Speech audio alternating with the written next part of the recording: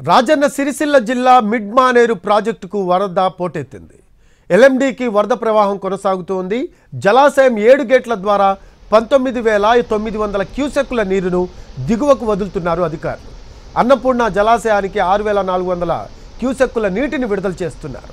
Sriram Sagar project నుంచి 13,000 క్యూసెక్కులు, మానేరు వాగు నుంచి 2,617 క్యూసెక్కుల వరద మిడ్మానేరుకు వస్తోంది.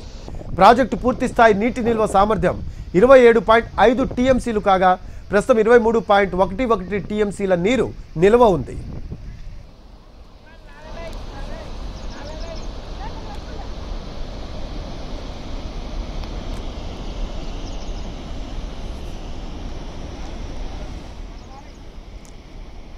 రాజన్న సిరిసిల్ల జిల్లా మిడ్మానేరు ప్రాజెక్టుకు వరద పోటెత్తింది.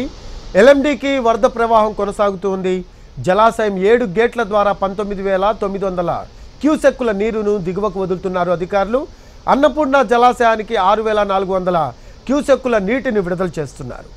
శ్రీరామ్ సాగర్ ప్రాజెక్టు నుంచి 13,000 క్యూసెక్కులు, మానేరు వాగు నుంచి 2,617 క్యూసెక్కుల వరద మిడ్మానేరుకు వస్తోంది. ప్రాజెక్టు పూర్తి స్థాయి నీటి నిల్వ సామర్థ్యం 27.5 టీఎంసీలు కాగా ప్రస్తుతం 23.11 టీఎంసీల నీరు నిల్వ ఉంది.